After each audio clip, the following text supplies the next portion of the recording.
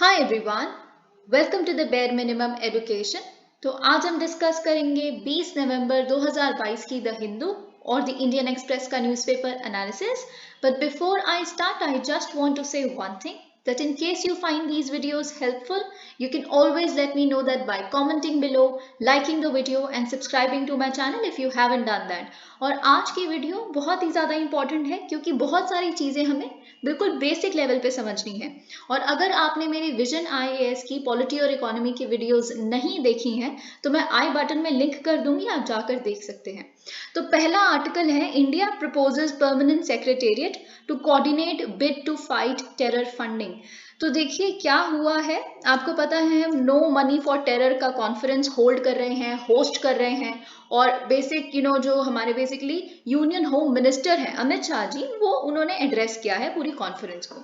तो अब हमारे होम मिनिस्टर ने he has actually put forward a proposal कि हम चाहते हैं कि एक परमानेंट रूप दिया जाए इस टेम्परेरी कॉन्फ्रेंसेस को। अब नो मनी फॉर टेरर आपको बेसिकली पता है NMFT है क्या। ये 2018 में शुरू किया गया था, फ्रेंच गवर्नमेंट का ये इनिशिएटिव था। तो 2018 में पहले उन्होंने होल्ड किया, फिर 2019 में इनको ऑस्ट्रेलिया ने इस कॉन्फ्रेंस को होल्ड किया, फिर 2020 में actually we had to do it India, but आपको पता है कोविड की वजह से इट वाज डीलेड। तो फाइनली अब हम 2020 का जो पेंडिंग वाला कॉन्फ्रेंस था अब होस्ट कर रहे हैं।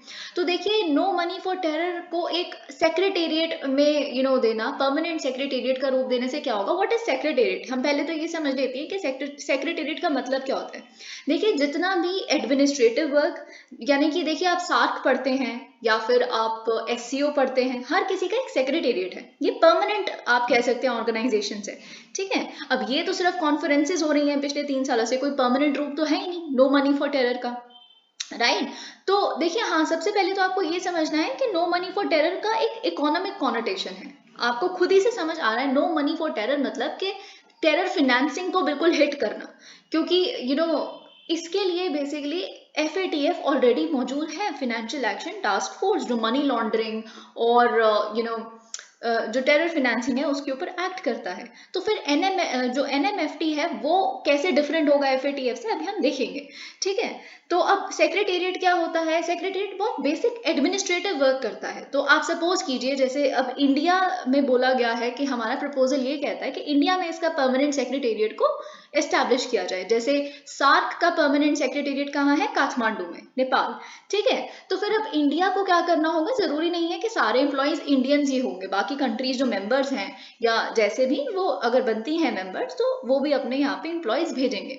तो कोई भी पेपर वर्क या फिर अगर किसी तरह का कोई इंफॉर्मेशन पता चलती है टेरर फिनेंसिंग से रिलेटेड, तो उसको हर एक मेंबर तक पहुंचाना, फिर उनसे दोबारा कलेक्ट करना, सबके व्यूज को कंपाइल करना और अपने वेबसाइट पे डालना। This is administrative work, basic clerical work. तो ये सेक्रेटेरिएट करता है। या फिर कोई भी अगर कोई किसी तरह की कंट्री अपनी डेलीगेशन को नहीं भेज पाई है for various reasons, for various valid reasons, तो उन तक पहुंचाना कि अच्छा ये एग्रीमेंट हुई है बेसिकली हमारी इस वाली कॉन्फ्रेंस पे या इस वाली मीटिंग पे, तो आपको पता होना चाहिए। या हर क्लोजली कोऑपरेट करना, कोऑर्डिनेट करना और मॉनिटर करना सारी चीजों को, तो ये सेक्रेटेरिएट करता है। तो इंडिया में सेक्रेटेरिएट होने से क्या होगा, देखिए मैं आपको ये चीज पहले भी बता चुकी हूँ। इस बार टेररिज्म पे क्वेश्चन हमेशा ही आता है वैसे तो, पर इस बार का मोस्टली क्वेश्चन या तो इकोनॉमिक कॉनोटेशन के साथ आएगा क्योंकि there has been a lot on it, right. लेकिन एक बहुत इंपॉर्टेंट क्वेश्चन आ सकता है जियो पॉलिटिक्स एंड टेररिज्म के ऊपर। क्वेश्चन कैन बी लाइक कि कैसे जियो पॉलिटिकल इंटरेस्ट जो है वो टेररिज्म के अगेंस्ट काम करने से रोकते हैं, एक परमानेंट फोकस्ड एक्शन नहीं ले पाता just because there are geopolitical compulsions. Okay, तो आपको उसके ऊपर आंसर लिखना है। हम डिस्कस करेंगे बहुत सारे एग्जाम्पल्स, मैं आपको खुद से भी दूंगी ताकि आपके लिए थोड़ा इजी हो जाए। तो यहाँ पे लिखा है, अभी तो देखिए फाइनल एक प्रपोजल है, it is at the initial stage. तो हमें बेसिकली ये डिस्कशन पेपर जो है सारी पार्टिसिपेटिंग जुरिस्डिक्शन को हम भेजेंगे, सर्कुलेट करेंगे, फिर उनसे वैल्यूएबल कमेंट्स मांगेंगे। तो बेसिकली क्या हो रहा है इससे, India is positioning itself as a global player in the entire terrorism fight. Okay तो अब ऐसा क्यों है? हमारा ये कहना है कि हमारा काफ़ी फर्स्ट हैंड एक्सपीरियंस रहा है टेररिज्म के साथ और उसको हैंडल करने में हमने काफ़ी स्विफ्टनेस दिखाई है। तो हम बेसिकली इस्लामिक टेररिज्म जो हमारी JNK मिलिटेंसी है या फिर खालिस्तानी टेररिज्म जो हमारे पंजाब का हमने देखा था एक्सट्रीमिज्म, और फिर साथ में नॉर्थ ईस्ट इंसर्जेंसी, हमने तीनों को ही हैंडल किया है आज तक। तो since we have sort of first hand experience, तो हम काफ़ी कीन है कि हम ये जो सेक्रेटेरिएट है यहाँ इस्टेब्लिश करें ताकि हम डील कर सकें मनी लॉन्ड्रिंग और टेरर फाइनेंसिंग को कर्ब करने में। अब देखिए यहाँ पे बात आती है FATF की। तो the official said that while the FATF was coordinating efforts to choke terror financing through sanctions and मतलब फिर क्या जरूरत है, वो कैपेसिटी बिल्डिंग भी कर रहा है, चोक करने की कोशिश कर रहा है इस तरह का, है ना। तो लेकिन ये क्या करेगा, बेसिकली मोर फोकस्ड अटेंशन सिर्फ और सिर्फ एक एस्पेक्ट पे देगा, नो मनी फॉर टेरर। और FATF से जब, अब देखिए आप समझिए, जैसे मैंने आपको स्टार्टिंग में बताया कि जो no money for terror initiative था वो भी फ्रेंच गवर्नमेंट ने किया था, और जो FATF है आपको उसका भी सेक्रेटेरिएट पता है कि कहाँ है, उसका सेक्रेटेरिएट भी पेरिस में है, यानी कि जो OECD की बिल्डिंग है पेरिस में, फ्रांस में, वहां पे। तो आप समझ सकते हैं कि जो फ्रांस है वो काफी बढ़ चढ़कर सपोर्ट करता है एंटी टेरर मूव्स को, ठीक है। तो अब यहाँ पे as a global player, okay तो बेसिकली क्या होगा, हम अपना डिस्कोर्स को लिमिटेड सिर्फ और सिर्फ पाकिस्तान रिलेटेड इश्यूज तक नहीं रखना चाहते। अगर पूरे संसार में कहीं भी टेररिज्म है, सी टेररिज्म इज टेररिज्म, सिंपल, कहीं भी हो रहा है, ये नहीं कि हमारे बैकयार्ड में हो रहा है तो ज्यादा बड़ा टेररिज्म है, कहीं और हो रहा है तो it's not our job. Terrorism तो नोज नो बाउंड्रीज, राइट। तो इसीलिए तो FATF ने भी बोला है, जब उनसे व्यूज मांगे गए तो उन्होंने बोला बिल्कुल हम अग्री करते हैं, ये सेक्रेटेरिएट का प्रपोजल बहुत अच्छा है और जितनी सहायता हम कर सकते हैं साथ में कोऑपरेट करने की, मनी लॉन्ड्रिंग के मामलों में या फिर किसी और तरह का टेरर फाइनेंसिंग के मामलों में, हम बिल्कुल अग्री करते हैं। हम इंडिया के सेक्रेटेरिएट के साथ काम करेंगे सिंस G20 की जो प्रेसिडेंटशिप है वो अब इंडिया के पास आ गई है। तो देखिए G20 प्रायोरिटीज जब हमने डिस्कस की थी तो बहुत सारी, सबसे पहले तो इन्वायरमेंट हमने डिस्कस किया, और विमेन लेड डेवलपमेंट जो हमारे प्राइम मिनिस्टर मिस्टर मोदी ने बोला, और साथ ही में बहुत सारी और चीज़ें, एंटी टेररिज्म ऑफ कोर्स है। और देखिए ये इस साल के लिए और भी ज़्यादा इंपॉर्टेंट क्यों हो जाता है, क्योंकि हमने यूनाइटेड नेशन सिक्योरिटी काउंसिल की कॉम्बैट टेररिज्म कॉन्फ्रेंसेज भी होल्ड की हैं दिल्ली और मुंबई में, फिर उसके बाद अभी ये नो मनी फॉर टेरर भी हो रहा है, ठीक है। और साथ ही में हम यूनाइटेड नेशन सिक्योरिटी काउंसिल की जो टेम्परेरी जो हमारी मेंबरशिप है, तो एक बारी का प्रेसिडेंटशिप जाते जाते हम दिसंबर में सी ऑफ कर रहे हैं यूनाइटेड नेशन सिक्योरिटी काउंसिल को, तो उससे पहले दिसंबर में हम एक बारी प्रेसिडेंट भी बनेंगे, तो तब भी हम एंटी टेररिज्म के ऊपर एक कॉन्फ्रेंस होल्ड करेंगे, जिसके लिए बेसिकली रशिया से ऑलरेडी हमें सपोर्ट मिल गया है, ठीक है। तो ये इसीलिए anti terrorism becomes very important, और फिर हम G20 की प्रेसिडेंट भी बन रहे हैं, तो G20 की प्रेसिडेंटशिप का भी हमारी कुछ प्रायोरिटीज हैं जिसमें एंटी टेररिज्म एक बहुत इंपॉर्टेंट प्रायोरिटी है। So I hope you understand it, okay. अब देखिए वही क्वेश्चन जो मैंने आपको कहा था, Shah calls for economic crackdown in terror havens rise above geopolitical interest. Now this is very very important, आपको बिल्कुल आप लेके चलिए कि जियोपॉलिटिक्स और टेररिज्म को कंबाइन करके क्वेश्चन पूछा जा सकता है, ओके। तो यहाँ पे क्या है, a day after prime minister Narendra Modi's wheeled attack on China and Pakistan for supporting terrorism. तो आपको पता है मिस्टर मोदी ने क्या कहा, वो हमने डिस्कस किया था कल, कि कैसे of course he didn't name these two countries, but of course जो हिंट था वो इन्हीं दोनों कंट्रीज की तरफ था। अब हम देखते हैं, फिर होम मिनिस्टर अमित शाह जी ने उन्हीं व्यूज को रिइटरेट किया है, एम्फेसाइज किया है दोबारा, कि कुछ कंट्रीज ऐसे होती हैं जिन्होंने टेररिज्म को अपनी स्टेट पॉलिसी बना लिया। एक होता है फॉरेन पॉलिसी, है ना, उसमें हम नेबरहुड फर्स्ट पॉलिसी जैसे भारत की है, तो इनकी भी एक नेबरहुड फर्स्ट पॉलिसी है, कैसे नेबरहुड में आप सबसे ज्यादा इस तरह का टेरर फैलाएं, तो इनकी फॉरेन पॉलिसी ही टेररिज्म है पाकिस्तान की। ऑफ कोर्स हमने यहाँ पे भी नेम नहीं किया है पाकिस्तान को, पर हमने बोला कुछ कंट्रीज, ठीक है। और उन्होंने बोला है कि एक स्ट्रिक्ट इकोनॉमिक क्रैकडाउन होना चाहिए इस तरह के टेरर हैवंस पे, जो बेसिकली पनाह देते हैं इस तरह के टेररिस्ट को। अब आप देखिए अफगानिस्तान कितना भी कह ले कि हम अपनी सॉइल को यूज नहीं होने देंगे किसी भी तरह के टेरर अटैक के लिए, लेकिन अगर आप नहीं यूज करने दे रहे होते तो आपके ही एक बड़ी पॉश कॉलोनी में से पॉश बंगलों में खड़ा हुआ एक इंसान जिनका नाम था जवाहरी, और वो अपनी बालकनी में ही just standing and having a good view of the surroundings, और उनको एक ड्रोन अटैक द्वारा जब मरवाया गया USA द्वारा, तो इससे पता चलता है कि आप पनाह देते हैं, अफगानिस्तान में ही ये सारे टेररिस्ट आज भी रह रहे हैं, और अफगानिस्तान में और पाकिस्तान में, क्योंकि देखिए पाकिस्तान का तो सपोर्ट था ना तालिबान रजीम को, okay, so you understand it that way. Saying that terrorism has no international boundaries, Shah urged all countries to rise above their geopolitical interests and fight shoulder to shoulder against the threat. अब देखिए मैं आपको examples देना शुरू करूंगी. अब मैं थोड़ा थोड़ा अपना एनालिसिस बताऊंगी ताकि अगर इस चीज पे कुछ कॉन्क्रीट मटेरियल आपको कहीं ना भी मिले, you should understand it. Okay, तो सबसे पहले तो आप समझने की कोशिश कीजिए. यहाँ पे अगर लिखा है तो यहाँ पे वील्ड रेफरेंस पता है किसके लिए? चाइना के लिए है. क्यों? अब देखिए मुझे ऐसा क्यों पता चला, क्योंकि इन्होंने ये कहा है कि चाइना अगर आज जितने भी हम नेम्स प्रपोज करते हैं कि डेजिग्नेट की जाए 1267 सैंक्शंस कमेटी की लिस्ट में, हमने जैसे साजिद मीर को किया, उन्होंने उसको भी ब्लॉक कर दिया. पिछले 5 नाम ऐसे हैं जो ब्लॉक कर चुकी है चाइना, क्योंकि वो P5 का एक मेंबर है, permanent 5 United nation security council की, तो वो वीटो कर सकती है. वीटो नहीं कर सकती, उन्होंने वीटो नहीं किया एक्चुअली, उन्होंने होल्ड बैक कर लिया. उन्होंने कहा कि हमें कुछ टाइम चाहिए, और चाइना यही करती है. China is very smart. कहने को तो हम टेररिज्म पे, एक्सट्रीमिज्म पे, इन्वायरमेंट पे काफी काम करते हैं, लेकिन जहाँ पाकिस्तान की बात होती है, उनके बेस्ट फ्रेंड्स हैं, आयरन क्लैड रिलेशनशिप है हमारी उनके साथ, they are all weather friends. तो अगर साजिद मीर जैसे लोग पाकिस्तान को बिलोंग करते हैं या फिर पाकिस्तान से जिनके भी ताल्लुकात हैं, लेकिन हम उनको नहीं डेजिग्नेट होने देंगे, ठीक है. तो ये उनकी पॉलिसी है विच इज रॉन्ग, क्योंकि अब मैं आपको बताती हूँ कैसे.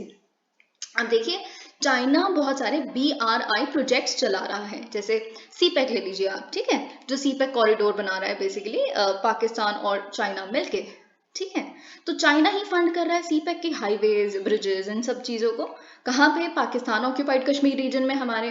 खैर वो तो इट इज वॉइड अब इनिशियो, मतलब हमारी सॉवरेनिटी के खिलाफ जाता है, लेकिन जितने भी बहुत सारे चाइनीज लोग हैं वहां पे वो मारे जा रहे हैं. कम से कम 3 चाइनीज जो सिविलियंस हैं, जो बेसिकली वहां पे सुपरविजन के लिए प्रोजेक्ट्स जो चाइना बना रहा है पाकिस्तान में, उनको या फिर कोई मैनेजर, वो मरे हैं अभी इस तरह के सुसाइड अटैक्स में. तो अब आप समझेंगे कि चाइना कंसर्न नहीं है टेररिज्म को लेके, वो कंसर्न है, लेकिन उसका जियोपॉलिटिकल इंटरेस्ट है, उसका जो नेबर है इंडिया, वो उनके साथ LAC स्टैंड ऑफ पे है. और अगर इंडिया का कोई और दुश्मन है तो वो पाकिस्तान है. पाकिस्तान और चाइना के बीच में इंडिया स्थित है, ठीक है, और इंडिया हर वो कोशिश करेगा कि उसका 2 फ्रंट वॉर ना हो, क्योंकि अगर हमारे दोनों साइड पे वॉर हो गई तो definitely India will be very weak in that sense, क्योंकि दोनों हमारे फ्रंट्स पे वॉर संभालना बहुत मुश्किल है. और इसी चीज को वो बेसिकली पाकिस्तान को यूज करता है कि पाकिस्तान से दोस्ती बना के रखनी चाहिए ताकि कुछ ना हो. लेकिन लोग तो आपके भी जा रहे हैं ना, पॉलिटिक्स तो आपको भी करनी है, पॉलिटिशियन तो आप भी हैं. अपने लोगों को क्या जवाब देंगे आप कि चाइना एक ऐसा टेरर नेशन है जो हमारे ही लोगों को मार रहा है, लेकिन हम उनके ही खिलाफ कोई टेरर का एक्शन नहीं लेते. तो ये चीज, एक तो ये एग्जांपल आपको चाइना और पाकिस्तान का मिल गया कि why China needs to rise above geopolitics, ठीक है. अब कुछ कुछ और एग्जाम्पल्स मैं यहाँ पे दूंगी आपको, which are not written here, but of course you have to understand it, okay. अब यहाँ पे बोला है इन सिमिलर रिमार्क्स, अब इसी तरह के रिमार्क्स बिल्कुल सिमिलर लाइंस पे external affairs minister S Jaishankar ने भी दी हैं कि एड्रेस करते हुए कि टेररिज्म को स्टेट क्राफ्ट की तरह यूज किया जा रहा है कुछ कंट्रीज द्वारा, और यही सब कुछ इन्होंने बोला है. His remarks are seen as a reference to Pakistan and recent. अब देखिए यहाँ पे आप अफगानिस्तान की भी बात रखें. अब देखिए अब यहाँ पे US, अफगानिस्तान और पाकिस्तान का एंगल मैं आपके साथ डिस्कस करना चाहूंगी. अब आप खुद समझने की कोशिश कीजिए कि हम जब मॉस्को फॉर्मेट देख रहे थे, मॉस्को फॉर्मेट क्या है जो अफगानिस्तान पे हुआ था अभी रिसेंटली 1-2 दिन पहले, तो वो उस फॉर्मेट में इंडिया भी मेंबर था, हमने अपनी डेलीगेशन भेजी, उन्होंने पार्टिसिपेट किया. तो वो मॉस्को फॉर्मेट था जो वो तालिबान टेक ओवर से पहले बना था, बेसिकली तालिबान टेक ओवर ना हो वो इंश्योर करने के लिए. लेकिन अब तो सब कुछ हो चुका है, तो अब वो बेसिकली तालिबान पे प्रेशर डालना चाहते हैं कि आप माइनॉरिटीज, विमेन, इस तरह की चीजों, मतलब जो भी बेसिक इश्यूज हैं, ह्यूमन राइट्स हैं, उनको इंश्योर करें, ठीक है. तो ये चीज, मतलब Moscow can not leave us for the simple fact that we have had a very good relationship for more than 75 years. Okay, that's one.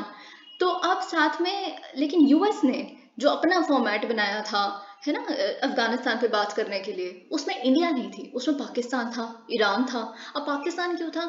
अब देखिए पाकिस्तान, मैं सच्ची बता रही हूँ, ये बात आप बहुत सारे एडिटोरियल्स में पढ़ सकते हैं, बहुत सारी बुक्स उठाइए आप फॉरेन पॉलिसी की, US की, आपको ये सब मिल जाएगा हर जगह कि USA पाकिस्तान को सिर्फ और सिर्फ अपनी जरूरत के हिसाब से यूज करता है. कि इंडिया के ऊपर प्रेशर डालना है। अब देखिए इंडिया रशिया से काटसा लगे बिना S-400 मिसाइल सिस्टम लेता है, राइट? तो यूएस से बार बार हमें लेसन सिखाने के लिए ये करता है कि अगर आप उनसे ले सकते हो यू नो इस तरह की मिसाइल्स और हम आप पे काटसा सैंक्शंस भी ना लगाएं, तो हम भी पाकिस्तान के साथ उनको F-16 का पैकेज दे सकते हैं, मेंटेनेंस पैकेज। तो इस तरह की चीजें। और अगर हम अफगानिस्तान की बात करें तो अफगानिस्तान में पाकिस्तान का से है, ऑफ कोर्स तालिबान और पाकिस्तान। तो यूएसए को बेसिकली पाकिस्तान की मदद चाहिए थी कि वो तालिबान लोगों से बात करवा सके, मीडिएट कर सके, क्योंकि अपनी मैसेज को पहुंचा सके। तो पाकिस्तान को हर तरह की नेगोशिएशंस में, बातचीत में तालिबान के साथ रखते थे। तो फिर जैसे ही वो तालिबान टेक ओवर हो गया, यूएस चला गया, तो पाकिस्तान का यूज खत्म, सब कुछ खत्म। तो ये जो जियो पॉलिटिक्स है, they have to rise above this is well.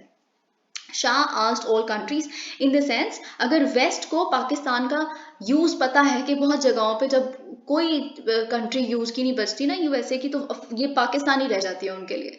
तो आप क्यों उनका साथ देते हो जब आपको पता है कि वो टेररिज्म फैलाते हैं? ठीक है। Shah asked all countries to build consensus. अब सबसे पहली बात, तो जब भी आप पे एक क्वेश्चन है ना आपके लिए, जियो पॉलिटिक्स कैसे हैम्पर करता है टेररिज्म के खिलाफ लड़ाई में, तो सबसे पहले तो आप ये लिखो कि हमें कॉमन डेफिनेशन पे पहुंचना है। 1996 में हमने, इंडिया ने यूनाइटेड नेशंस को एक टेररिज्म के ऊपर डेफिनेशन सजेस्ट की थी, रेकमेंड की थी। अब उस पे बहुत सारी कंट्रीज को बड़ी दिक्कत थी, क्योंकि वो जिस तरह का, देखिए टेररिज्म तो टेररिज्म होता है ना।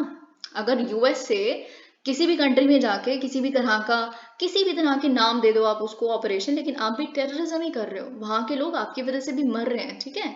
तो लेकिन यूएसए कहती है हमारे people are good people, they are good guys, they shouldn't be included under the banner of terrorism. So that doesn't work like that. India wants a very comprehensive definition of terrorism, जो आज तक देखिए आप जो definition पढ़ते हैं, जो learn करते हैं ना GS3 के लिए टेररिज्म की डेफिनेशन, उस पर कोई अग्री नहीं करता। किसी भी टेररिज्म की डेफिनेशन पर किसी ने आज तक कुछ अग्री किया ही नहीं है, तो किसी को पता ही नहीं है टेररिज्म होता क्या है।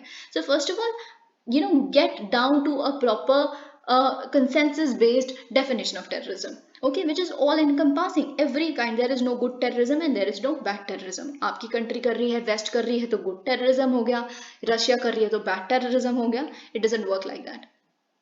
कॉलिंग फॉर, तो सबसे पहले आप ये लिखेंगे, दो एग्जाम्पल्स हम ऑलरेडी डिस्कस कर चुके हैं। Calling for a long term strategy, mister Shah ने और क्या क्या बोला है, कुछ प्रायोरिटी इश्यूज को लिस्ट किया है, जैसे prevent diversion from legal financing instruments by fighting anonymity in financial network. देखिए basically no money for terrorism इन्होंने क्रिप्टो एसेट्स पे बहुत ज्यादा रखा है, कि जो एनोनिमस ट्रांजैक्शंस हो जाती हैं, जो एनोनिमिटी किसी भी तरह का अगर सिस्टम आपको प्रोवाइड करता है, वो you have to fight back against it.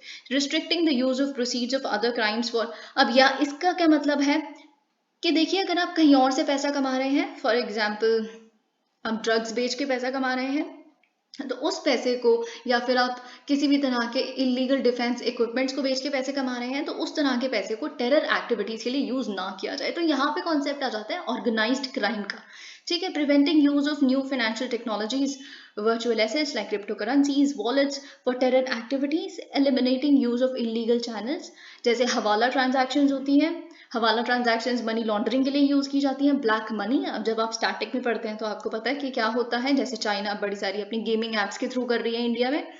Eliminating the use of, okay this we have done. Preventing, अब देखिए ये बहुत इंपॉर्टेंट है, ये जो अभी प्रेजेंट सरकार है हमारे देश में, उनका ये बहुत बड़ा नैरेटिव है कि जो नॉन प्रॉफिट ऑर्गेनाइजेशन है, NGOs हैं, वो बहुत सारी टेरर आइडियोलॉजी को स्प्रेड कर रही हैं।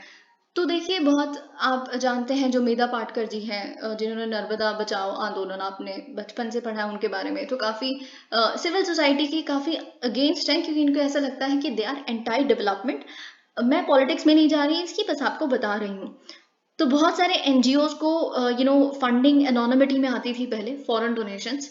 तो फॉरेन डोनेशंस जो आती थी, फिर वो उसको यूज किया जाता था इस तरह की आइडियोलॉजी को फैलाने के लिए, या फिर डेवलपमेंट वर्क्स को यूज करने के लिए। ये सरकार कहती है, तो इसको भी रोका जाए, ठीक है। Continuous capacity building of counter terror and financial intelligence agencies of all countries, यानी कि हर कंट्री का ये जो इंटेलिजेंस एजेंसीज हैं जो टेररिज्म के खिलाफ तैनात रहे, उसको स्ट्रेंथन किया जाए। Fight terror financing must be, okay. अब इन्होंने 5 पिलर, यही जो ऊपर हमने पिलर्स डिस्कस किए ना, यही आप कॉपी पेस्ट यहाँ पे मारे हुए हैं। Meanwhile Jaishankar said that among reasons behind the growing, अब देखिए मिस्टर जयशंकर ने बोला है कि रीजन क्या है कि टेररिज्म ग्रो करता जा रहा है या फिर उसका थ्रेट बढ़ता जा रहा है? तो इन्होंने कहा है, there is, I would read it for you, there is continued tendency of some to use terrorism as a tool of statecraft and willingness of others to justify and obfuscate that. इसका मतलब क्या है कि कहीं countries ऐसी है, कहीं लोग ऐसे हैं, वो तो मतलब कंटिन्यूसली उनमें टेंडेंसी ऐसी है कि वो टेररिज्म को यूज करना चाहते हैं अपनी स्टेट पॉलिसी की तरह। अब कुछ कंट्रीज ऐसी हैं कि वो विलिंग है इस चीज की कि वो उनकी उस टेरर एक्टिविटीज को जस्टिफाई कर दें या फिर उनको लिस्ट ना होने दें 1267 सैंक्शंस कमेटी में, तो वो उनको ढकते रहते हैं। तो ये दोनों ही गलत है। It was important that all states collectively follow an undifferentiated and undiluted approach towards terrorism. तो यही चीज I would read it this, ये I would read this paragraph also. The challenge however is that while the bad guys think, अब देखिए इन्होंने मतलब of course diplomatic language जो होती है वो बहुत ही you have to track it and you have to actually identify what is being said. तो इन्होंने बोला है जो बैड गाइज होते हैं वो ग्लोबल टर्म्स में, लिटरल टर्म्स में सोचते हैं, यानी कि जो टेररिस्ट हैं वो क्या सोचते हैं, वो ग्लोबली आतंक फैलाने की सोचते हैं, हर जगह अपना एक्सपैंड करना चाहते हैं, एक्सपेंशन चाहते हैं। लेकिन जो गुड गाइज होते हैं they still think national and vertical, यानी कि जो गवर्नमेंट्स हैं, जो कंट्रीज हैं, वो सोचनी सिर्फ अपनी कंट्री में ही टेररिज्म को रोक लो, बाकी जहाँ टेररिज्म हो रहा है होते रहने दो, हमें क्या फर्क पड़ता है, हमारे सिटीजन सेफ है ना। ऐसा नहीं हो सकता। We live in a globalised world, everything which is happening in a single corner of the world would affect the other country or the other region as well. तो you can't think like that. अगर जो terrorist हैं वो global सोच रहे हैं तो आप भी ग्लोबल कॉपरेशन के बारे में सोचें। ये एक बहुत अच्छा लाइन है, आप इसको क्रिस्प मैनर में एक लाइन के रूप में लिख सकते हैं हमेशा अपने आंसर्स में, या फिर of course this is a very good thing for your essays as well if an essay pops up in on terrorism. Exemptions for startups in data bill have sunset clause penalties may go up later. अब देखिए जैसे हमने data protection, जो personal data protection bill है उसको completely कल discuss किया था। आपने नहीं देखा है अगर वो वीडियो तो मैं आई बटन में लिंक कर दूंगी, आप जाकर जरूर देखें, क्योंकि उसमें मैंने बहुत बेसिक चीजें देखी हैं। डेटा प्रोसेसिंग क्या होता है, उसके क्या क्या एग्जाम्पल्स हैं, कैसे प्रीलिम्स के पर्सपेक्टिव से बेसिक्स इंपॉर्टेंट हो जाते हैं। तो आई वुड सजेस्ट कि आप जरूर जाके देखें।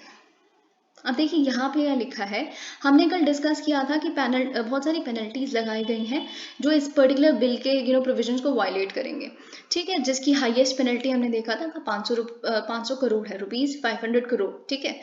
तो ये अब देखिए यहाँ पे यह लिखा है, इन्होंने बोला है जो हमारे minister of state for electronics and IT है राजीव चंद्रशेखर जी, उन्होंने कहा है कि ये जो हाईएस्ट अगर हम पेनल्टी लगा रहे हैं, ये डिपेंड करता है, आने वाले समय में हम इसको बढ़ा भी सकते हैं, कम भी कर सकते हैं, we can review it, okay.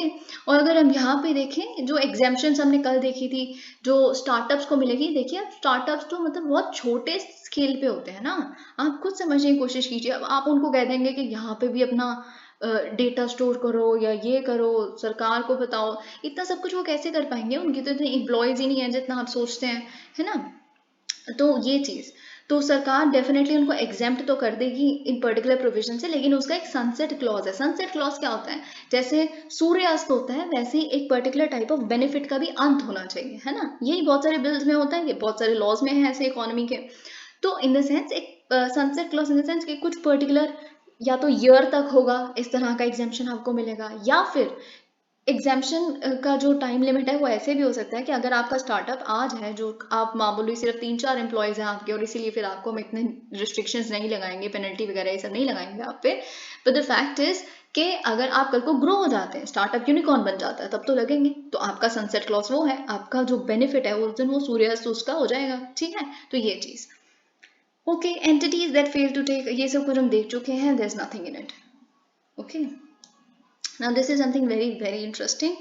हमने इंडियन एक्सप्रेस कुछ समय पहले ये पूरा आर्टिकल देखा था, पर आज फाइनली वोटिंग आ गई है तो हम डिस्कस करेंगे इसको डिटेल में। Thanks to Namibia for cheetahs, India abstains on ivory trade vote, यानी एब्सटेन मतलब क्या होता है, एब्सेंट रहना, चूज करना वोटिंग से, इन द सेंस ना ही आप फेवर में वोट कर रहे हैं ना ही आप अगेंस्ट वोट कर रहे हैं, जैसे जो हम रशिया के केस में करते हैं। ये वर्ड तो खैर आप बहुत ज्यादा इससे अब अनजान नहीं रहे होंगे क्योंकि हम आए दिन एब्सटेंशन के बारे में देखते हैं, ठीक है। तो फाइनली क्या हुआ है, पहली बार जब से हमने साइट्स को ज्वाइन किया है, आपको पता है convention on international trade in endangered species of flora and fauna, हमने 1976 में इसको ज्वाइन किया था, तब से लेके अभी तक हमने कभी भी we never voted against a proposal seeking to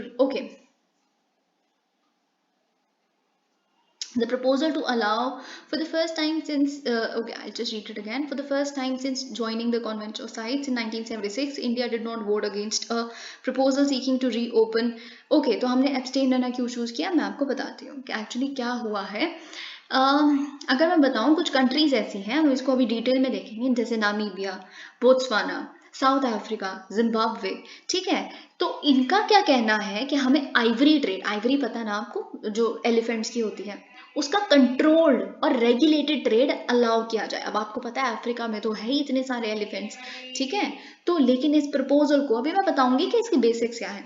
इस प्रपोजल को डिफीट कर दिया गया 83:15 की रेशो में, लेकिन हमने एब्सटेन किया. ठीक है, ये 19th मीटिंग थी साइट्स कॉप की, COP 19 इन पनामा सिटी. इंडिया ने एब्सटेन किया. ये हमारे पास्ट ट्रेंड से एक ब्रेक है, क्योंकि with what Namibia had asked for what it देखिए हमने क्या किया है नामीबिया से, ये बात आपको पता है. हमने उनसे चीता मंगवाए हैं, जो हमारे मध्य प्रदेश के कूनोपालपुर सेंचुरी में हमने छोड़े हैं. ठीक है, तो इट्स अ ह्यूज थिंग. चीता तो यहाँ पे एक्सटेंट हो चुके थे एक रैम्पेंट पोचिंग की वजह से, है ना. तो it was a very big thing with all that pomp and thunder जो हमने सेलिब्रेट किया. अब देखिए, लेकिन जो हमने एक एग्रीमेंट साइन की थी नामीबिया के साथ जुलाई में, जो हमने प्रॉपरली डिटेल में उस एग्रीमेंट को डिस्कस किया है, कि बहुत सारे उसके 10-15 पॉइंट्स थे. तो उसमें से एक चीज ये थी जो दो कंट्रीज ने कमिट की, कि हम प्रमोट करेंगे sustainable utilisation and management of biodiversity by supporting each other. हम दोनों एक दूसरे को सपोर्ट करेंगे हर तरह के इंटरनेशनल फोरम्स में, इंक्लूडिंग द मीटिंग्स. अब ये भी तो मीटिंग ही है, राइट, साइट्स की मीटिंग ही है. तो हमने क्या किया, इंडिया ने सपोर्ट किया. हम अगेंस्ट, तो देखिए हम आइवरी ट्रेड के अगेंस्ट हैं बिल्कुल. ठीक है, लेकिन अब हमने इनके साथ अग्रीमेंट साइन की हुई है, इन्होंने हमें जीता नहीं है, तो हमने एब्सटेन कर लिया. अब देखिए ऑब्वियसली इस पूरे अग्रीमेंट में कहीं आइवरी तो नहीं लिखा, लेकिन नामीबिया ने बेसिकली एग्रीमेंट में ये वाला क्लॉज इसीलिए रखा क्योंकि हमारी बैकिंग उन्हें चाहिए थी, कि वो हम बेसिकली उनको ये जो प्रपोजल है that they should be allowed to do regulated trade, तो ये अलाउ कर दें. अब देखिए बहुत सारी चीजें इससे रिलेटेड इंपॉर्टेंट है जो आपको समझनी है. अब पिछले 30 सालों में क्या हुआ है, India has always opposed international Ivory trade. In fact India ने जो साइट्स का लोगो है, जहाँ पे एलिफेंट को हमने बेसिकली बिल्कुल सेंटर स्टेज पे रखा था 1981 में, वो हमने डिजाइन किया था. तो आइवरी ट्रेड को ग्लोबली बैन किया गया था 1989 में, क्योंकि सारे जो अफ्रीकन एलिफेंट पॉपुलेशंस थी उनको साइट्स अपेंडिक्स 1 में रखा गया था. अपेंडिक्स 1 में तो there is no trade allowed. अगर अपेंडिक्स 1 में कोई भी स्पीशीज एंटर कर गई तो ठीक है. तो अब लेकिन जो population of Namibia, Botswana and Zimbabwe were transfer to, मतलब ये 3 कंट्रीज की जो पॉपुलेशन थी, वैसे तो यहाँ ऑल अफ्रीकन थी, लेकिन इन ऑल में से आप इन 3 कंट्रीज की स्पीशीज को निकाल दीजिए और इनको अपेंडिक्स 2 में रख लिया गया 1997 में, और साउथ अफ्रीका की भी अपेंडिक्स 2 में डल गई 2000 में. अब अपेंडिक्स 2 में क्या होता है कि स्ट्रिक्टली रेगुलेशन, मतलब स्ट्रिक्टली रेगुलेट करते हैं, लेकिन ट्रेड अलाउ हो जाता है थोड़ा सा. ठीक है, अब 1999 और 2008 में basically Namibia along with Zimbabwe and later Botswana and south Africa, अब इन कंट्रीज को बेसिकली साइट्स द्वारा परमिशन दी गई थी कि आप 1 ऑफ एक टाइम का मेजर है, एक बार क्या. अब देखिए आप मेरी बात समझने की कोशिश कीजिए. बहुत सारे एलिफेंट्स ऐसे होते हैं जिनकी नेचुरल डेथ हो जाती है, राइट, या फिर किसी तरह का पोचर ने अगर उसको जब्त किया और उसी समय उसकी फेंट होकर डेथ हो गई, है ना. तो फिर क्या होता है कि उनकी जो आइवरी होती है आप उनको निकाल सकते हैं, राइट. और आप देखिए बहुत गरीब देश है, ठीक है, तो आप उनको बेच सकते हैं. अब इन कंट्रीज का ये कहना है कि हम इन आइवरीज को जो नेचुरल डेथ की वजह से जो एलिफेंट्स की हुई है उनको हम ट्रेड करना चाहते हैं, जो इनको अलाउ भी किया एक बारी, और उसी पैसे को जो हम ट्रेड करके हम जनरेट करेंगे हम कॉन्जर्वेशन में लगा देंगे एलिफेंट की, ठीक है, और कम्युनिटी अवेयरनेस में लगाएंगे. तो हमें यही वाला अभी भी अलाउंस चाहिए कि हम इसे कम्प्लीटली इस तरह का ट्रेड चला पाए. तो अब बेसिकली इंडिया, देखिए इंडिया इस चीज से कितना बेनिफिट कर सकता है आप सोच भी नहीं सकते. इंडिया के पास भी बहुत सारा आइवरी आप कह सकते हैं प्रिजर्व करके हमने रखा हुआ है। अगर हमने उसका ट्रेड कर दिया तो हम भी काफ़ी करोड़ में कमा सकते हैं, हमारी कंट्री के पास भी बहुत सारा पैसा आ सकता है। पर हम बहुत स्ट्रिक्टली अगेंस्ट हैं, हम इन्वायरमेंट को, एनिमल्स को, इस तरह के साइट्स की कॉन्फ्रेंसेस में हमने आज तक बहुत बढ़ चढ़ के पार्टिसिपेट किया और एक्चुअल में कॉन्क्रीट लेवल पे एक्शन भी लिया है। तो इसीलिए हम अगेंस्ट रहे हैं इसके। अब देखिए, subsequently Namibia's proposal for allowing a regular form of control trade, तो लेकिन आज तक बेसिकली इनके प्रपोजल को अलाउंस नहीं मिली और अभी भी नहीं मिली है, बिकॉज इट्स बीन डिफीटेड। अब देखते हैं हम the Hindu. Centre scraps export tax on iron और स्टील। तो फाइनली क्या हुआ है, I will just read it for you. अब देखिए, यहाँ पे भी एक स्टेटमेंट ऐसी है जो बिल्कुल एज इट इज प्रीलिम्स में आ सकती है, आपको जेनेरिक लगेगी और आपको लगेगा नहीं ये स्टेटमेंट गलत है। मैं आपको बताऊंगी क्यों आपको लग सकता है ये स्टेटमेंट गलत है, पर वो सही है। अब इंडिया ने बेसिकली जो एक्सपोर्ट टैक्सेस लगाए थे लो ग्रेड आयरन ओर पे और कुछ कुछ इंटरमीडिएट स्टील प्रोडक्ट्स पे, सैटरडे के बाद से उन एक्सपोर्ट टैक्सेस को रिमूव कर दिया गया है, क्योंकि बहुत सारी कंप्लेंट्स बहुत सारे माइनर्स और स्टील मेकर से आ रही थी, आप इतनी एक्सपोर्ट ड्यूटी हमारे ऊपर लगा दोगे तो हम एक्सपोर्ट नहीं कर पाएंगे और फॉरेन हमारे जो अपॉर्चुनिटीज़ हैं वो इस पर आप बेसिकली हिट कर रहे हो। तो दिस रिवर्सेस। अब क्या है, बेसिकली मई में क्या किया गया था, 50% यानी कि 50% टैक्स लगाया गया था on exports of iron ore lumps and fines with less than 58% iron content, यानी कि लो ग्रेड आयरन और जिसमें 58% से कम आयरन कॉन्टेंट होता है, उसमें 50% का टैक्स लगाया गया था उनकी एक्सपोर्ट्स पे। और गवर्नमेंट ने मई में एक और टैक्स को लगाया नहीं था, एक्चुअली इंक्रीज किया था, जो आयरन और कॉन्सेंट्रेट होता है, मतलब हाई ग्रेड जो आयरन और है, जिसमें बेसिकली आप कह सकते हैं कि बहुत ज़्यादा कॉन्सेंट्रेट 58% से ज़्यादा का कॉन्सेंट्रेशन होता है, तो उस पर को 30% से 50% उसको भी रेज कर दिया गया था। लेकिन अब फाइनली दोबारा इसको रिवर्स करके 30% कर दिया गया। तो ये चीज़ आपको पता होनी चाहिए, लो ग्रेड आयरन और पे क्या है और ये क्या है, ठीक है। 30% इस पे कम कर दिया गया। The additional tax imposed in May was intended to boost domestic supply of iron ore a raw ingredient for making steel and thereby hold down inflation। अब देखिए, ऐसा हमने क्यों किया था, हमने इसलिए किया था कि ताकि बेसिकली डोमेस्टिकली आयरन और की कोई कमी ना हो जाए और इन्फ्लेशन कम हो जाए, क्योंकि जब सप्लाई यहाँ पे कम हो जाएगी, डिमांड उतनी ही रहेगी, सप्लाई पूरी हो नहीं पाएगी, तो महंगाई बढ़ जाएगी। India exported less than half as much steel in the 7 months to October। Okay, this is not important. अब देखिए, यहाँ पे डिस्पाइट द फैक्ट सरकार ने ये टैक्स रिड्यूस कर दिया है, ऑल ऑफ दैट, बहुत सारे जो इसमें प्लेयर्स हैं इस सेक्टर में वो कह रहे हैं कि हमें बहुत डाउट्स हैं, पता नहीं हमारे एक्सपोर्ट्स रिवाइव होंगे कि नहीं होंगे, क्योंकि एक्चुअल में जो इस लो ग्रेड आयरन और वगैरह ये स्टील प्रोडक्ट्स जो है कहाँ एक्सपोर्ट होता है, इंडिया कहाँ एक्सपोर्ट करता है, चाइना की मार्केट में। अब चाइना की मार्केट तो बर्बाद हुई हुई है, आपको ये बात पता है। चाइना किस तरह से इकोनॉमिक क्राइसिस को फेस कर रही है, एक तो वहाँ पे उन्होंने जीरो कोविड पॉलिसी लगाई हुई है कि एक भी केस आया तो लॉकडाउन ही लॉकडाउन, आपको पता है ये चीज़ें हम देख चुके हैं। साथ ही में वहाँ की जो रियल एस्टेट सेक्टर है, रियल एस्टेट सेक्टर बिल्कुल बर्बाद हो चुका है, जो उनके 25% इकोनॉमी जो जीडीपी है वो रियल एस्टेट सेक्टर से आती है। So they are actually witnessing a slow down. इसीलिए हम, आपको याद होगा हमने डिस्कस किया था कि जो बहुत लोग कहते हैं कि चाइना तो बस अब कल ही बिल्कुल देखिएगा यूएसए को ओवरटेक कर लेगा और नंबर 1 इकोनॉमी बन जाएगा। that might not be true, you never know about that, right? तो कहने को तो यूके भी बढ़ रहा था, लेकिन अब यूके इकोनॉमिक क्राइसिस में है और इंडिया ने टेक ओवर कर लिया उसको। यू नेवर नो, क्या पता यूएसए की इकोनॉमी अब अच्छी चल रही है इस समय, एटलीस्ट चाइना से, तो क्या पता ऐसा कभी हो ही ना पाए और चाइना पीछे होता जाए और यूएसए उतना ही रहे, या फिर कुछ भी हो सकता है। तो वैसे भी आप कुछ कह नहीं सकते इकोनॉमी के टर्म्स में बिल्कुल सर्टेनिटी के साथ। तो अब साथ ही में जो माइनर्स हैं वो कह रहे हैं कि एक बार आप ट्रेड को डिस्टर्ब कर देते हो तो रिकवर करना बड़ा डिफिकल्ट होता है, क्योंकि इनर्शिया रह जाता है। बहुत लोगों को अभी भी लगता है, बहुत तक तो लोग तो पता ही नहीं चलता कि टैक्स कितना है कितना नहीं है, पहली बात तो अवेयरनेस ही नहीं होती। तो ये सारी चीज़ें, अब देखिए ये लाइन है जो बेसिकली आपके लिए बहुत इंपॉर्टेंट है। Indian producers of low grade iron ore depend largely on foreign markets. ऐसा क्यों? क्योंकि जो हमारे मेजर डोमेस्टिक स्टील प्रोड्यूसर्स हैं they use high grade iron ore, यानी कि डोमेस्टिक डिमांड तो है ही नहीं, यानी कि जब लो ग्रेड आयरन ओर की डिमांड ही सिर्फ फॉरेन है, तो जब डोमेस्टिक लोग, आप यूजुअली समझते हैं कि इंडिया में तो लो ग्रेड यूज होता होगा, ये ऐसा नहीं है। द धारणा ऑफ इंडियंस बीइंग जुगाड़ू and all that, no that's not true in case of iron, क्योंकि हम काफ़ी अच्छा ग्रेड ऑफ आयरन और यूज़ करते हैं, हमारे डोमेस्टिक जो प्रोड्यूसर्स हैं, और बाकी चाइना जैसी जो कंट्री तभी तो इतना सस्ता बेचते हैं, और बेच कैसे लेते हैं, वो लो ग्रेड आयरन यूज़ करते हैं। On Friday, the government also removed a 15% export tax on some intermediate remove कर दिया इसको, ठीक है। 15% जो टैक्स स्टील प्रोडक्ट्स पे था, जैसे बार्स, रॉड्स, ठीक है, ये भी मई में लगाया गया था बेसिकली 15% का जो टैक्स है।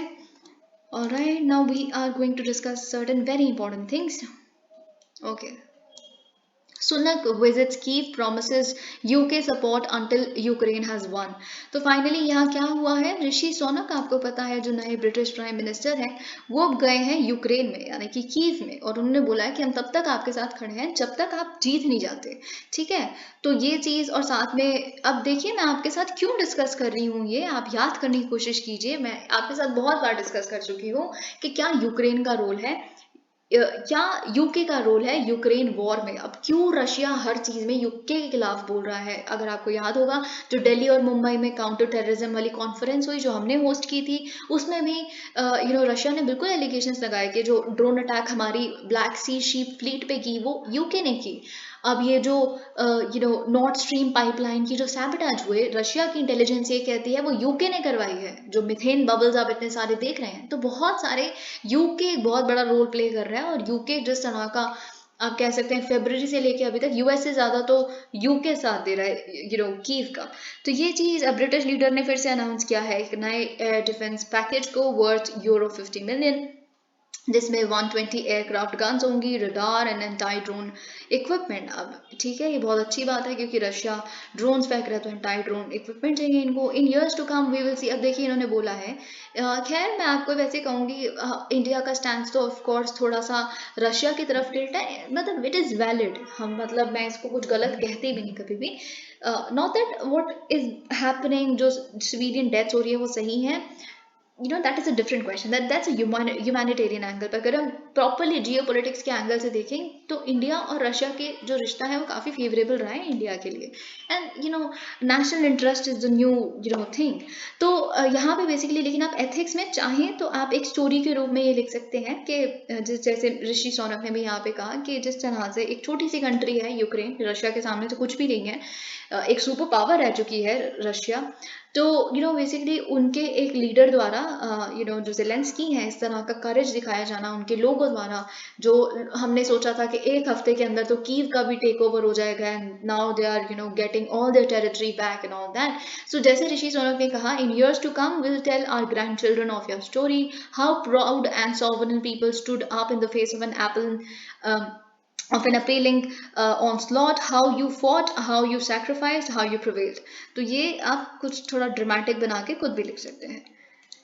Okay, no once backyard, Xi sends message to US on Asia trip. तो फाइनली वैसे तो आपको एपेक पता होगा, आप स्टैटिक में पढ़ते हैं, ये भी Asia Pacific economic corporation. Asia Pacific economic corporation में यूएसए भी एक मेंबर है और चाइना भी एक मेंबर है। बाकी Asia Pacific countries Vietnam, Singapore, Philippines, ये सब तो हैं, ठीक है। तो ये चीज़, अब यहाँ पे चाइनीज़ प्रेसिडेंट शी जिनपिंग ने अपनी जो एक हफ्ते की ट्रिप थी उसको, जो पूरे एशिया में ट्रिप थी उसको एंड किया। बाली भी थे ये, जैसे जब नरेंद्र मोदी जी से मिले, ठीक है। तो ये चीज़ बेसिकली, और इन्होंने बोला कि जो डी कपलिंग हो रही है और कई कंट्रीज जो बेसिकली एशिया को अपने बैकयार्ड की तरह देखते हैं, it should actually stop। अब क्यों, अब बैकयार्ड क्या होता है, मतलब इनका रेफरेंस इस चीज़ पे है कि यूएसए क्या समझता है कि एशिया जो है, इंडो पैसिफिक जो है, ये उनके घर के पीछे वाला एक छोटा सा गार्डन है, उनका मोनोपोली है, जब चाहे आए उसको रूल करें। और यूएसए और बाकी कंट्रीज का रिश्ता इस तरह से बनाए कि चाइना वहाँ पे एंटर ही ना कर सके। So U D couple them from other countries. So this is what USA thinks, ठीक है। तो मिस्टर शी जो बेसिकली अपनी उन्होंने ट्रिप स्टार्ट की विद मीटिंग जो बाइडन। आपको पता है हमने रेड लाइंस देखी दोनों कंट्रीज की क्या थी बाली में। फिर उसके बाद उन्होंने he has ended his visit in Bangkok with a flurry of bilateral meetings on the sidelines of APEC summit. बहुत सारे कंट्रीज से इन्होंने बायलेटरल समिट की और सबके साथ इन्होंने बेसिकली चाइना का रिश्ता अच्छा करने वाली समिट की, सारी बातें वही थी, ठीक है। और of course he made a lot of references to USA. अगर हम फिलीपींस प्रेसिडेंट के साथ बात करें, इन्होंने क्या कहा, that we should work together to reject unilateralism. अब यूनिलैटरलिज्म किसके बारे में बात हो रही है, ऑफ कोर्स यूएसए के बारे में बात हो रही है। Acts of bullying, defend fairness and justice and safeguard peace and stability in the region. अब यही सिंगापुर। अब सिंगापुर देखिए, मैं आपको कुछ बहुत इंटरेस्टिंग बताना चाहती हूँ कि जो सिंगापुर है ना, सिंगापुर, अगर आप ली कुआन यू जो इनके प्रेसिडेंट हुआ करते थे, आपको बहुत पहले अगर आप पढ़ते हैं, आई डू नॉट नो इसके बारे में कि नहीं, तो उन्होंने बेसिकली अपने लोगों को एक बताया था कि सिंगापुर ऑफ कोर्स बहुत काफ़ी तेज़ी से ग्रो किया था इन्होंने, इट वॉज अ टाइगर, है ना, ग्रोथ के मामले में 1980s के टाइम पे। तो क्यों, जब ये समय था, तो उन्होंने बोला था देखिए, एक मॉडल होता है चाइना मॉडल और एक होता है इंडिया का मॉडल। हमें डेमोक्रेसी नहीं, ये लग्जरी नहीं है हमारे पास कि हम डेमोक्रेसी लोकतंत्र के हिसाब से चलें जो इंडिया चल रहा है। हमें चाइना वाला मॉडल अडॉप्ट करना चाहिए जो थोड़ा सा अथॉरिटेरियन है, because when you take all the economic powers and centralize them in the hands of like a single center, तो वो चीज़ होनी चाहिए, इसीलिए हम रैपिडली ग्रो कर पाएंगे। अब आप लोकतंत्र के हिसाब से सबका सुनने लगे तो that's not good for growth, उनका ये कहना था, और उन्होंने चाइना मॉडल ही अपनाया था सिंगापुर ने। तो ये कुछ मैं आपको बताना चाहती हूँ कि सिंगापुर और चाइना का रिश्ता अच्छा है। तो a similar message followed his meeting with Singapore prime minister, जहाँ पे इन्होंने बोला that China will work with Singapore to uphold solidarity and cooperation in the region, oppose group politics। इस जगह फिर उन्होंने ग्रुप पॉलिटिक्स के लिए बोल दिया USA के against block confrontation, keep to the right direction of economic and regional integration and firmly reject the attempts to push for decoupling and severing supply chains।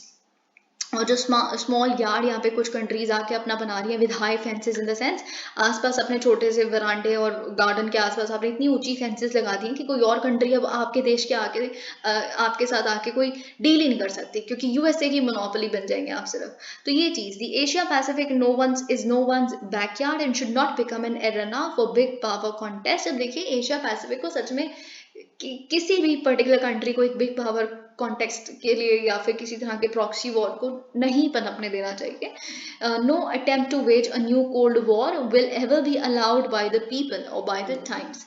अब देखिए, एक क्वेश्चन ये भी बन सकता है कोल्ड वॉर 2.0। अब कोल्ड वॉर 2.0 पे क्वेश्चन आ सकता है, ठीक है, तो ये चीज़ आपको पता होनी चाहिए। इन्होंने बोला इस तरह की चीज़ें नहीं होनी चाहिए, और इन्होंने कहा कि हर कंट्री को बेसिकली रिस्पेक्ट करना चाहिए कि हर किसी की डेवलपमेंट यूनिक है, सोशल सिस्टम यूनिक है। डेमोक्रेसी, अगर यूएसए वाली डेमोक्रेसी लिबरल है तो चाइना वाली सोशलिस्ट डेमोक्रेसी है, आपको क्या जा रहा है इतना रिस्पेक्ट करने में, है ना। तो ये सारी बातें। Mr Xi has pushed for a deepening of China's already considerable economic links in the region. Yes, China is very strong in the region already, इसीलिए कोई भी छोटी छोटी कंट्रीज हैं, चाहे साउथ चाइना सी में लड़ते हैं, वियतनाम, फिलीपींस, चाइना, पर फिर भी कोई अगेंस्ट नहीं बोलता, कोई बोलना भी नहीं चाहता, क्योंकि कोई भी नहीं पिसना चाहता यूएसए और चाइना के बीच में। तो इन्होंने बोला है कि हम बहुत जल्दी से जल्दी एक फ्री ट्रेड अग्रीमेंट साइन कर लेते हैं, फ्री ट्रेड एरिया बना देते हैं एशिया पैसिफिक को, और हम जल्दी से जल्दी RCEP जो डील है जिसने इंडिया ने जिससे बैकआउट कर लिया था उसको भी हम तदबीर करते हैं, रियलाइज करते हैं।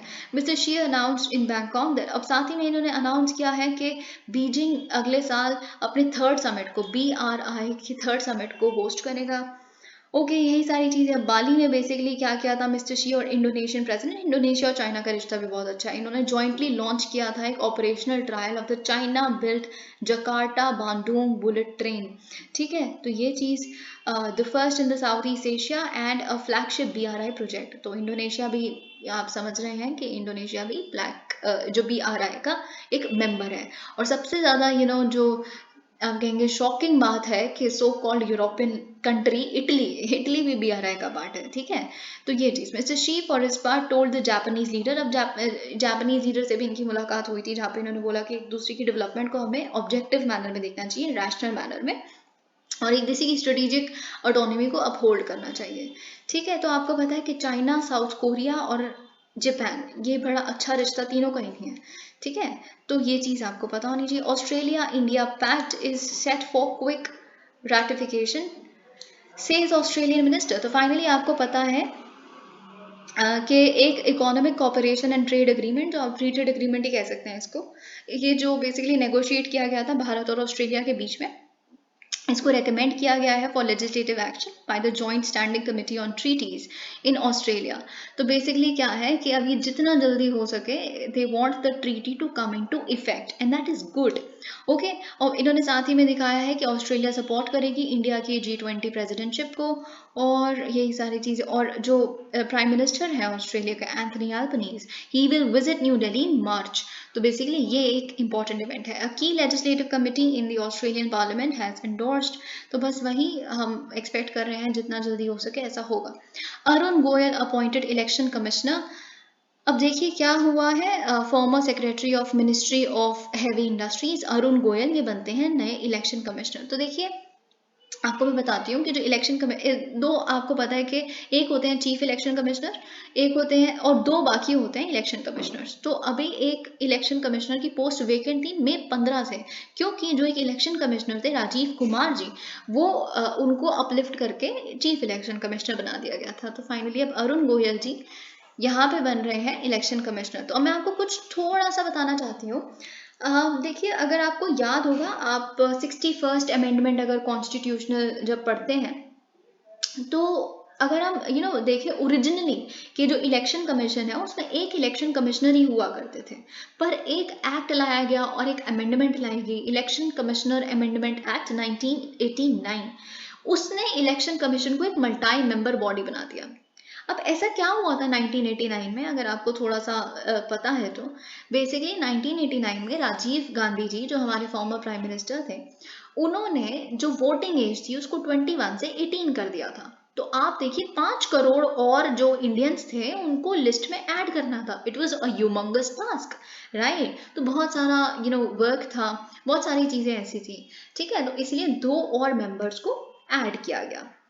ओके तो तब से लेके अभी तक 3 मेंबर बॉडी है इलेक्शन कमीशन ऑफ इंडिया, पर जरूरी नहीं है कि हमेशा 3 मेंबर बॉडी रहे, क्योंकि जो अमेंडमेंट लाई गई थी उसके द्वारा ये बोला गया था that the election commission shall consist of the chief election commissioner and such other number of election commissioners if any as the president may from time to time fix. तो मतलब 1 मेंबर बॉडी भी बन सकती है, 5 member body भी बन सकती है, जो मतलब प्रेसिडेंट पे डिपेंड करता है टाइम टू टाइम वो कैसा डिसाइड करते हैं। सो आई होप यू अंडरस्टैंड। अगर हम स्टेट लेवल पे बात करें कि स्टेट लेवल के जो इलेक्शंस होते हैं वो चीफ इलेक्शन कमिश्नर कैसे उनके साथ कोऑर्डिनेट करते हैं, तो स्टेट लेवल पे बेसिकली चीफ इलेक्टोरल ऑफिसर होते हैं, वो is actually an IAS officer. तो उनके साथ कोऑर्डिनेट करके जो इलेक्शन कमीशन है वो कंडक्ट करवाते हैं इलेक्शंस को। Okay, this is not something very important. US, Germany want antiquities dealer Kapoor extradited.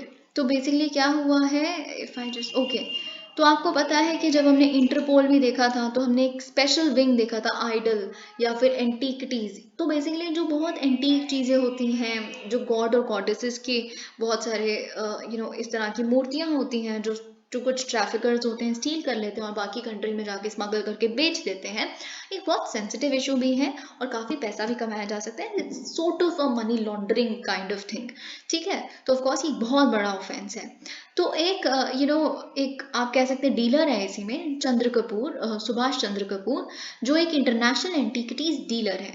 तो उनका बेसिकली जो जेल टर्म है वो एंड हो गया है, पर वो अभी भी प्रिजन में है। क्यों है, क्योंकि एक टेक्निकलिटी क्यों है मैं बताती हूँ आपको। एक 4000 का फाइन भी लगा था उन पर, तो उन्होंने बस वो 4000 रुपये का फाइन जो उन पर इम्पोज किया गया था कोर्ट द्वारा वो नहीं भरा। बाकी उनके 10 साल हो गए हैं जब से वो जेल में है तिरुचि में, ठीक है। तो ये चीज़ अब लेकिन फाइनली क्या हुआ है, US और जर्मनी ने बोला है कि आप इनको हमारी कंट्रीज में भेजो, इनके खिलाफ बहुत सारी प्रोसीडिंग्स हमने चलानी है, केस हमारे पास पेंडिंग है, ठीक है। तो अब देखते हैं इंडिया कब भेजती है, क्या होता है। अभी तक तो इन्होंने फीस ही नहीं भरी है, अपनी फाइन ही नहीं भरा। तो ये सारी चीज़ें। तो देखिए 2019 में सुभाष कपूर जी जो है एक US के सिटीजन है। He was charge by prosecutors in Manhattan US with stealing and processing artifacts worth millions of dollars, ठीक है। तो ये चीज़ इन्होंने चुराई है, फिर उसको स्मगल किया है। They alleged that he was operating a smuggling ring that dealt with thousands of looted. Okay, तो यही सारी चीज़ें। जर्मनी का भी इसी तरह का कोई एक वो है, जर्मनी में तो कुछ टाइम के लिए जेल में भी गए थे, फिर उसके बाद इंडिया को वापस भेज दिया। INCOIS keeps watch on Barren Island volcano. Now this is something very important. मैं आपको कहूँगी कि आप वॉल्केनो इरप्शन द्वारा ट्रिगर की गई जो सुनामी होती है उसके ऊपर अच्छा खासा मटेरियल को प्रिपेयर करें, क्योंकि देखिए बहुत सारे क्वेश्चंस आप उठा के देखिए जो GS3 में आ रहे हैं वो ग्लोबल आ रहे हैं, यानी कि ग्लोबल इन द सेंस कि अर्थक्वेक्स ग्लोबली बढ़ते जा रहे हैं, इस तरह का क्वेश्चन तो आपको पता होना चाहिए। इस तरह के जो ज्योग्राफी से रिलेटेड न्यूज़पेपर में चीज़ें आती हैं, एटलीस्ट 2-4 केसेस वैसे अगर आ गए अर्थक्वेक पे तो आप उसको नोट डाउन करें और अर्थक्वेक का जो स्टैटिक मटेरियल उसके साथ उसको जेल करके आंसर लिखें। तो अब क्या हुआ है, जो वॉल्केनो बैरन आइलैंड है, बैरन आइलैंड के बारे में आप जानते ही हैं, अंडमान एंड निकोबार आइलैंड्स में उसको क्लोजली मॉनिटर किया जा रहा है कि कहीं कोई साइंस ऐसे तो नहीं है कि वो इरप्ट कर जाए, है ना। तो अभी तो वो डोरमेंट स्टेज में है क्या, बट वी नेवर नो, ठीक है। तो but if that eruption occurs if any, तो वो एक सुनामी को लीड कर सकता है, या कोई बहुत सारा बड़ा कोई मॉन्स्ट्रस अंडर सी लैंडस्लाइड भी हो सकती है, जैसे हमने इंडोनेशिया में 2018 में देखा था। देखिए हाँ बिल्कुल, जो 2004 की सुनामी थी अब शायद लोगों के दिमाग से फेड आउट हो चुकी है या कुछ भी, पर बात ये है you should never become complacent. ये सुनामी जो है बहुत बड़ा मामला है, क्योंकि कुछ ही मिनट में सब कुछ तबाह हो जाता है। तो वही बेसिकली जो मॉनिटर किया जा रहा है वो इनक्वाइस द्वारा Indian national centre for ocean information services, जो ना ही सिर्फ भारत की सरकार को इस तरह का मॉनिटर करके इंफॉर्मेशन प्रोवाइड करता है, बल्कि रीजन की और भी बाकी सारी कंट्रीज को। Okay, so the monitoring is being done by INCOIS, which houses the Indian Tsunami Early Warning Center. और देखिए अगर हम बात करें रीसेंट सुनामीज की, तो जैसे जो टोंगा में हुई थी, आपको पता है छोटी सी आइलैंड कंट्री है जो टोंगा, ठीक है। तो टोंगा में जो हुई थी, जो आइलैंड्स होते हैं बेसिकली यूएसए के पास, वो वाला ये आइलैंड है। तो it has brought to the fore the challenge of tsunamis triggered by non-earthquake sources। देखिए यूजुअली हम समझते हैं कि अर्थक्वेक होता है, अर्थक्वेक की वजह से सुनामी आ जाती है, पर और भी सोर्सेज हैं। तो एक क्वेश्चन ये भी बन सकता है, what are the non earthquake sources which lead to tsunamis. You must know this right, कुछ एक ब्रीफ चीज तो पता होनी चाहिए आपको, जैसे सबमरीन लैंडस्लाइड्स या वोल्केनिक इरप्शंस इस केस में, which can wash away the regions near the source within a few minutes. तो ये सारी चीजें आई वुड सजेस्ट कि आप स्टैटिक जो है earthquake, non earthquake source tsunami, अभी देखिए वैसे ऐसा नहीं भी हो सकता, क्या पता एक लोकलाइज सुनामी आए सिर्फ एक पर्टिकुलर रीजन में ही, वैसा कुछ और ना आए, मॉन्स्ट्रस ना हो, ठीक है। But let's see what happens. 12 special teams, this is a political thing, okay। Andaman seeks GI tag for Nicobar होती। देखिए इससे पहले कि मैं आगे बढ़ूं, जो आज द हिंदू का बाकी FAQ सेक्शन आया है उसमें कोई भी आर्टिकल ऐसा नहीं है जो हम कम से कम 4-5 बार डिस्कस नहीं कर चुके। एक जापान के ऊपर आर्टिकल आया है, जैसे कि जापान क्यों डिफेंस बजट अपना बढ़ा रहा है, ये हम डॉक्टर सी राजा मोहन द्वारा लिखे गए कम से कम 3 एडिटोरियल्स जो मुझे अभी विविडली याद है, जो हमने इससे रिलेटेड डिस्कस किए हैं कि चाइना बेसिकली एक न्यूक्लियर वेपन स्टेट है उस एरिया में। जापान आपको पता है उनका कॉन्स्टिट्यूशन के माध्यम से उन्होंने खुद पे ये चीज़ रिस्पॉन्सिबिलिटी ली हुई है कि हम पीस के उस पे मार्ग पे चलेंगे, कभी भी वॉर एक ऑप्शन हमारे लिए होगा ही नहीं, इस तरह का उनका कॉन्स्टिट्यूशन कहता है। लेकिन फैक्ट ये है, एक बड़ी स्टेट जिसके पास न्यूक्लियर वेपन्स है, जैसे जो रशिया है, बार बार जो थ्रेटन करने लग पड़ा है यूक्रेन को, तो ये जो न्यूक्लियर थ्रेट है अगर ये बढ़ रहा है तो हर कंट्री को of course it will have to be on its toes, that is the thing, okay. Andaman seeks GI tag for Nicobar होती। तो क्या हुआ है, GI टैग आपको पता है कि क्या होता है, अगर किसी प्रोडक्ट को GI टैग दिया जाता है तो इसका मतलब कि वो उस पर्टिकुलर रीजन को बिलोंग करता है, वहीं की वो स्पेशलिटी है, ठीक है, और उसी पर्टिकुलर जोग्राफिकल रीजन से वो निकलता है, और वहीं का बेसिकली आप कह सकते हैं, जैसे अगर हम सैफरन की बात करें तो जम्मू कश्मीर है, ठीक है। तो इस तरह की बेसिकली स्पेशलिटी जो उनके अगर एक्सपोर्ट हो वहां से, तो हम बोलेंगे फेमस आगरा का पेठा, है ना। तो आगरा का पेठा कौन नहीं जानता। तो ये चीज, तो वहां के लोकल लोगों को एक बेनिफिट मिलता है एक्सपोर्ट्स में, okay, and of course it provides them a good exposure also। तो जोग्राफिकल इंडिकेशन रजिस्ट्री जो है, आपको पता है ये बात भी हम देख चुके हैं बहुत बार, चेन्नई की गुंडी रीजन में है, ठीक है। तो it has received an application from tribal development council of where Andaman and Nicobar islands, उन्होंने GI टैग की मांग की है, एप्लीकेशन डाली है अपनी निकोबारी होदी बोट के लिए। तो आप देख सकते हैं होदी बोट, देख सकते हैं ये कैसी है, ठीक है। तो ये एक फर्स्ट एप्लीकेशन है इस यूनियन टेरिटरी से, अंडमान एंड निकोबार आइलैंड से, which seek a tag for one of its products.